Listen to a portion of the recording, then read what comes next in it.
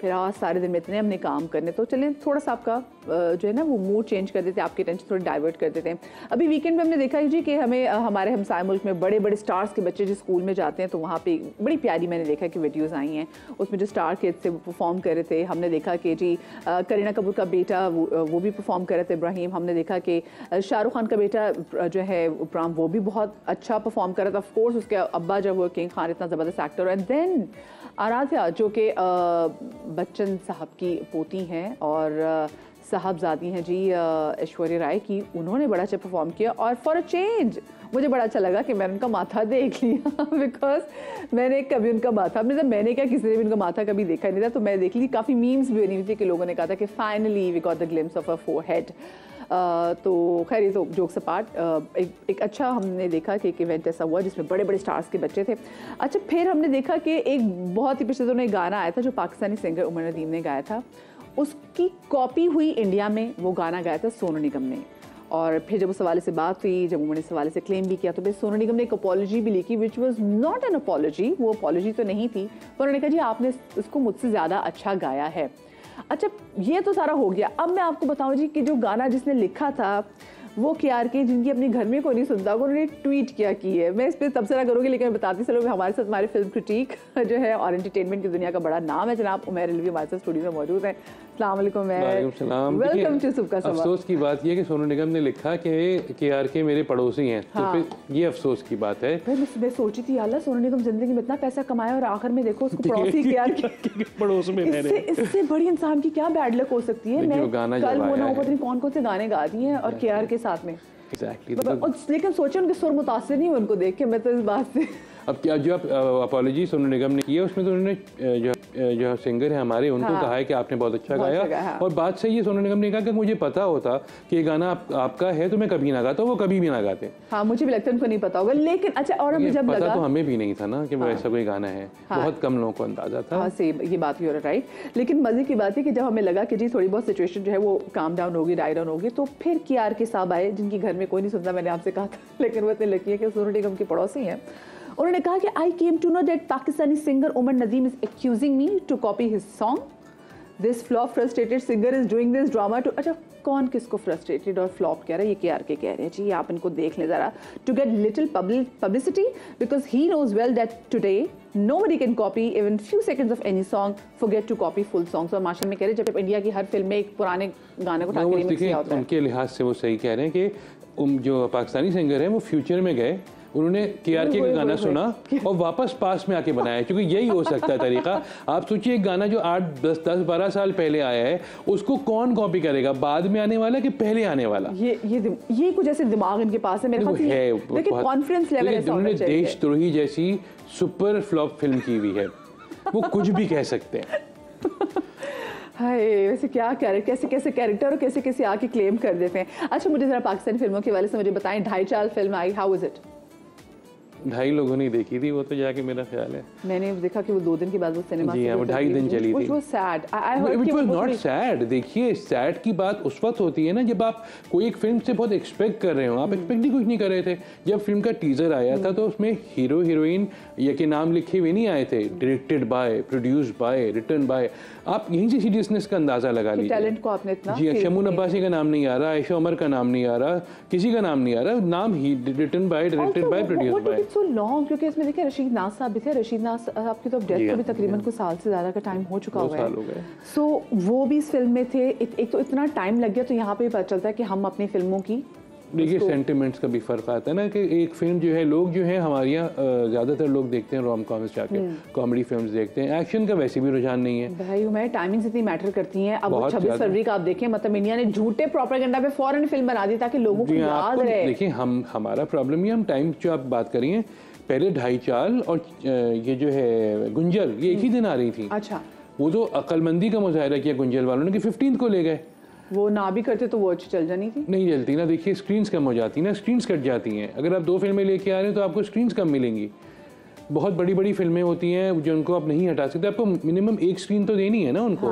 ठीक है। तो अगर आप एक फिल्म लेके आते हैं अलग, तो उसको 2 मिल जाती हैं। अच्छा, तो उनको थ्रेट फील हो रहा था? मैं थ्रेट तो नहीं फील हो रहा था। देखिए दोनों जो थे वो उन्होंने म्यूचुअल बैठ के डिस्कशन किया। अगर 2.5 साल पहले आ जाती और वो ये गुंजल 8th को आती तो भी कोई इशू ना होता, लेकिन उन्होंने कहा नहीं 8th है तो 8th कोई खास बात भी नहीं थी ऐसा सच।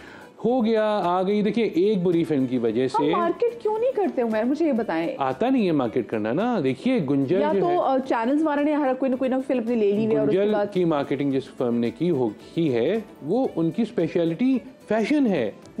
तो अब उनको क्या पता होगा कि फिल्म को मार्केटिंग कैसे करनी है। अब जो चिक्कड़ आ रही है उसकी जो कंपनी कर रही है उनको वो फिल्में कर चुकी है, मौला जट और वगैरह, तो उनको थोड़ा सा तो आइडिया है, वो आपको पुश करेंगे 20 तारीख को कहीं नहीं जाएंगे आप, आपको यहाँ आना है और बस याद रखिए। एग्जैक्टली। और 22 को फिल्म है और आप इतनी मार्केटिंग कर रहे हैं कि एक्वामैन जो साथ आ रही है उसे भूल जाएं आप, जबकि एक्वामैन ज्यादा अच्छी होगी। ऑफ कोर्स वैसे होना तो ये चाहिए कि आप ऐसा अपना प्रोडक्ट बेचें, मैं तो चाहती हूँ ये गुण आना चाहिए। Tell me about Gunjal. Gunjal कैसी फिल्म? देखिए गुंजल जो है एक लो बजट फिल्म है, लेकिन उसका कंटेंट हाई कंटेंट है। और सबसे बड़ी चीज़ ये कि 1990s में जो इंसिडेंट हुआ था इकबाल मसीह वाला, जिसको बहुत कम लोग को बारे में मालूम है, उसे उन्होंने हाईलाइट किया है। और फिल्म को ये नहीं किया कि उसका मर्डर हो गया तो क्या कैसे हुआ, उन्होंने उसको सॉल्व करने की कोशिश की है। जो हमारे यहाँ आप देखिए कि पुरानी ये हॉलीवुड की फिल्मों में होता है ना कि आपने जीएफके बनाई तो जीएफके पे नहीं बनाई, जीएफके के केस को सॉल्व किया ना, ये कैसे हुआ। और आपने एक तरह से जो है वो उनको एक और भी 5-6 क्लूज दे दिए कि ये हुआ होगा। Very intelligent. थोड़ी लंबी है, 2.25 घंटे की है। अगर 1.25 होती तो वही शोज ज्यादा मिलते। तो मगर एक्टिंग वाइज अहमद अली अकबर ने as usual, what a brilliant actor, मतलब लाल कबूतर के बाद परिजात के बाद फिर ये बिल्कुल बिल्कुल उसके साथ साथ आमना इलियास दूसरी जो कि शुक्र है कि फिल्म कर ली उन्होंने कहा। उसके बाद तीसरे नंबर पे आपका रेशम मतलब इतना बड़ा अहमद अली बट जो है वो विलनिश रोल है, लेकिन वही ना कि वो ग्रे वाला विलन है। वो खुद कह रहे हैं उससे एक सीन के अंदर कि भाई तुम ये समझ रहे हो, हाँ मैं ये कह रहा हूँ, ये भी हो सकता है। तो वो एक अलग डायरेक्शन दे रहा है आपको। तो ओवरऑल मुझे तो फिल्म मजा आया, मैं दोबारा भी देख सकता हूँ। अफसोस की बात यह है कि हमारे यहाँ जो है दिसंबर में फिल्में दिसंबर जनवरी में कम चलती हैं। क्यों? मतलब यही तो टाइम है और ये तो हॉलीडे सीजन है, हम क्यों प्लान नहीं करते? हॉलीडे सीजन में लोग हॉलीडे के लिए फिर निकल जाते हैं ना बाहर, जो आपका सिनेमा का क्राउड है। भाई हर कोई अफोर्ड तो नहीं कर सकता ना। और देखिए अफोर्ड भी एक ही फिल्म कर सकते हैं ना आप 2-2 4-4 फिल्में तो नहीं कर सकते। अच्छा मुझे मैंने गुंजल देखने सोच लिया, मैंने प्लान बना लिया। एक तो आज मैंने पूरे शो में एक मैंने सर्कस देखने जाना जी, ठीक है, वो खैर वीकेंड पे निकल जाऊंगी मैं। उसके बाद मैंने गुंजल फिल्म देखनी है, ये मैंने देखनी है वीकेंड पे देखनी है, ठीक है। अच्छा 2.5 साल लगी हुई है, उतर गई है, हाय अभी तो लगी थी। वो ऐसे ही होता है जब आप देखिए, जब आप बगैर प्लानिंग के लगाते हैं, अगर आप फर्स्ट को लगाते तो आपको 15 दिन का रन मिलता। आपने 8th को लगाई और आपको अंदाजा था कि 15th को उतर जाएगी, कहीं लगी हुई हो, एक शो लगा हुआ हो, लेकिन फिर वही ना कि वर्ड ऑफ माउथ ही नहीं है कोई। उमर मुझे ये बताएं, फिल्म मेकर्स भी हैं, एक्टर्स भी हैं, हमारे पास फिल्में ऐसी क्यों नहीं बनती जो कि सिनेमा में ज्यादा देर टिक पाए? मेरी ख्वाहिश है कि मैं ऐसी कोई फिल्म देखूं जो, जैसे आपने लो बजट फिल्म के वाले से भी कहा, और मैं दिल से दुआ कर रही हूँ कि जी गुंजल जो फिल्म है और ये जो चिक्कड़ फिल्म है ये चले ज्यादा टाइम के लिए। देखिए प्रॉब्लम सबसे बड़ा ये है, स्क्रीन्स हैं नहीं है। देखिए यही तो कंटेंट क्यों नहीं फिल्म का ऐसा कि रुक जाए। अगर आप 5 करोड़ में फिल्म बनाते हैं तो आपको ब्रेक इवन करने के लिए 15 करोड़ करने होते हैं। ठीक है, 5 में 15 इज अचीवेबल, लेकिन 10 में 30 इज नॉट अचीवेबल ना। ठीक है, क्योंकि 10 में आप बनाएंगे तो 30 करने के लिए आपको कितने शोज चाहिए होंगे। आपके पास 145 स्क्रीनें हुआ करती थी 2 साल पहले, उसमें भी अब आधी तकरीबन 130 या 125 रह गई होंगी। हर वक्त में एक फिल्म तो नहीं आती। हम तो चैंपियन लोग हैं ना, हम एक साथ 3-3 फिल्में लाते हैं ताकि हम ना हमारी फिल्म चले ना दूसरे की फिल्म चले। क्या बेवकूफ़ी की है भाई, दिमाग में ये नहीं है, लेकिन आपको सोचना तो चाहिए ना। अच्छा मैं बड़ी एक्साइटेड हूँ, यमुना की फिल्म भी आ रही है, नायाब। जी हाँ, नायाब कब रिलीज हो रही है? नायाब अगले महीने 24 जनवरी को और 5 जनवरी को आ रही है वकड़ी। अच्छा वकरी हाँ वकरी। और वकरी में कौन कौन है? फरियाद महमूद मेन रोल। अच्छा ठीक है। और उसके अलावा जो हैं बाकी भी एक्टर थे, लेकिन वो लो बजट फिल्म है। रेड सी और इन सब में जाके उसको थोड़े सा अवार्ड वगैरह भी मिले, क्योंकि जितने लोगों ने वहाँ देखी है। और ये मुझे बताएं, ये बाहर अवार्ड शोज के लिए हम अपनी फिल्में बना लेते हैं, ऑडियंस के लिए फिल्में क्यों नहीं बनाते? हमने जी हम फलानी जगह पे जाकर अपनी फिल्म शोकेस करेंगे, फलाने फिल्म फेस्टिवल में जा रहे हैं। देखिए आपकी ऑडियंस का भी तो इशू है ना, ऑडियंस जो है वो सिनेमा जा ही नहीं रही है। आप सोचिए, आप अच्छी फिल्म लगाएंगे तो ऑडियंस जाएगी, लेकिन वही मतलब देखिए, वही जो मैं कह रहा हूँ, एक बुरी फिल्म की वजह से आपको आने वाली 2 अच्छी फिल्मों का नुकसान होता है। तो क्योंकि लोग कहते हैं एक फिल्म देख के आते हैं यार पाकिस्तान में तो फिल्में ही बुरी बनती है, इसका मतलब जिंक्स कर देती है वो। और क्या, तो अगली 2 में कहते हैं मैं नहीं जा रहा अगली 2 में। तो वो यही होता है ना कि अब आप कोई भी आप देख, ईद पे 3 फिल्में 4 फिल्में 5 फिल्में जबरदस्ती की, क्या बनेगा फिर?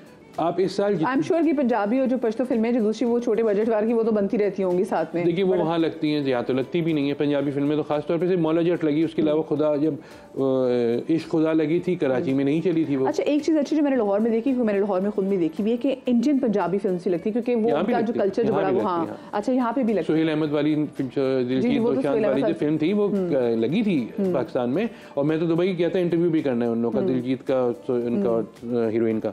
वो फिल्म मैंने शायद पहली Punjabi Indian Punjabi film cinema में देखी थी, और मुझे पंजाबी समझ में नहीं आ रही थी, फैक्ट है, लेकिन मैं कह मार के हंस रहा था क्योंकि वो हरकतें उसके अंदर मौजूद थी। तो आप फिल्म को जो है विजुअल बनाए ना आप, उसमें डायलॉग डाल के तो लोगों को बोर ना करें। मतलब मुझे पता नहीं वो क्या कह रहे दिलजीत, लेकिन जब वो कह रहे हैं ना जिस तरह से, मैं उस पर ही हंस रहा हूँ खाली बैठा हुआ। एग्जैक्टली उस टाइम पे एग्जैक्टली आई रिमेंबर जो ये फिल्म लगी थी, उसके बाद एक फोफड़ जी की और फिल्म भी वहाँ पे लगी हुई थी। आई वाज इन लाहौर, सो मैं देखना चाह रही थी। लाहौर में सिनेमा का कल्चर डिफरेंट है, कराची में डिफरेंट है।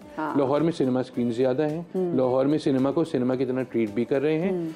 कराची में तो एक सिनेमा में भी पिछले दिनों खबर आई कि चूहे निकल आए मॉल के सिनेमा में, और वो उनको कुछ फिक्र नहीं। हाँ तो क्या हुआ यार, क्या हुआ? Oh my God, this is so sad, because ये देखिए ये सिनेमा डाई डाउन नहीं हो रहा, जो उनसे मुंसलिक जो लोग हैं ना सब हो रहे हैं। देखिए कोविड में तो आप भुगत चुके हैं ना सिनेमा की जो डाउनफॉल आप था। I believe it's a high time कि अब हम स्पेसिफिकली कुछ चीज़ें करें। मुझे तो वो चीज़ बुरी लगी थी कि जब ड्रामाज आ गए थे तो उसकी आखिरी स्क्रीनिंग आप सिनेमास में करें। नहीं ना, देखिए वो कुछ तो सिनेमा को जिंदा रखने के लिए करना चाहिए ना। सबसे बड़ा जो है सिनेमा में आप टिकट की प्राइसेस कम करें। ये समझ में नहीं आ रहा कि 1000 रुपए के टिकट में कोई नहीं जा रहा, और फिर उसके बाद 500 के पॉपकॉर्न भी नहीं खाए जाते। एग्जैक्टली 3000 के नाचोस 3000 के हो चुके हैं। हम नहीं खाते नाचोस, घर से भी नहीं लेके जाने देते। बहुत शुक्रिया जी, उमर अली हमारे साथ मौजूद थे और हम बात कर रहे थे पाकिस्तानी फिल्म्स के हवाले से, और जो बड़ी दूसरे ममालिक से भी जो खबरें आई थी एंटरटेनमेंट की उसकी। आप लोग अपना बहुत सारा ख्याल रखिएगा, शाद रही आबाद रही। इंशाल्लाह कल के शो में आपसे मुलाकात होगी। अल्लाह हाफिज़।